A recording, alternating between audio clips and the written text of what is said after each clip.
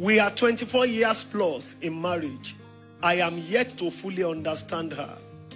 And we are 24 years of staying in the same room.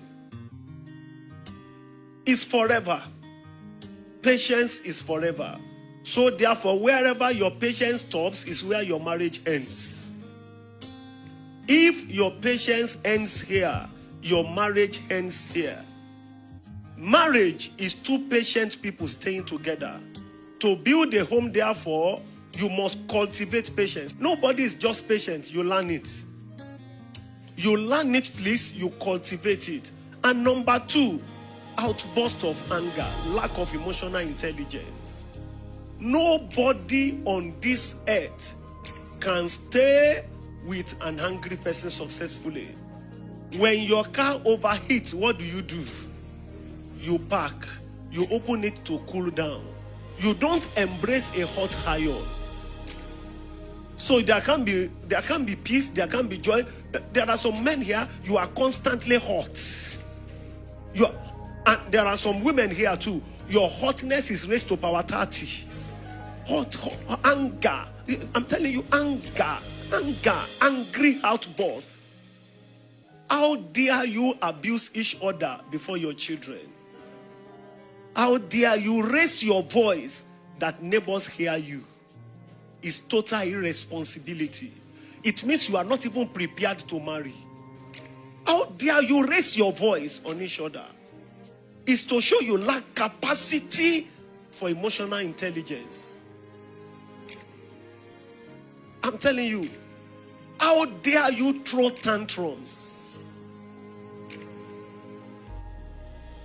How dare you jam the door and slam it?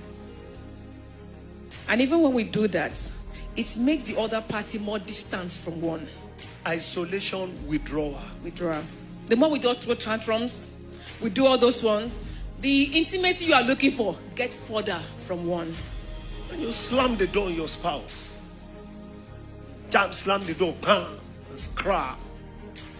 Shit. You don't eat the food. No food. You marry shit. You are married to scrap. The person you pay the dowry is scrap. So you've gone to pay for scrap to come to your house. No, you don't know what you are not emotionally intelligent to marry. You are a boy. Immature. You are immature. You are not emotionally stable to marry. Thank you, sir. Did you hear that word on patience? Capacity to bear and tolerate without reacting. It is staying power. Patience is not to be slow. It's not to be slow.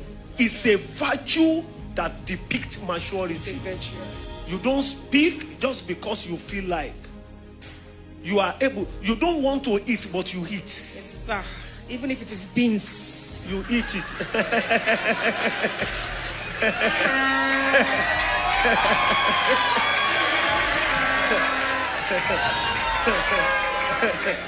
You know, I don't like beans. You know the truth. Because of the way we were raised, there are two things, gari and beans. I hate them that if I don't eat them the next 50 years, they're in my blood. You know, as you are looking at me now, beans is in my blood. Gari, when we were growing up, we ate beans. To the extent that as God began to give us some money, the smell of beans. No. So we were closing from office one day. I told First Lady, I said, baby, quickly go home. I want to eat good food. I'm tired tonight. Let me eat good food. And please don't cook beans. I told her. She went home. As I was climbing, I was hearing the smell of beans. Burnt. It was not even being cooked. It was already burnt. She put the beans on fire and she slept off. But the truth is that there was no money that day. It was only beans that was in the house. Remember, I was pregnant. I was so tired. I needed to sleep. So this is the other version of the story, sir.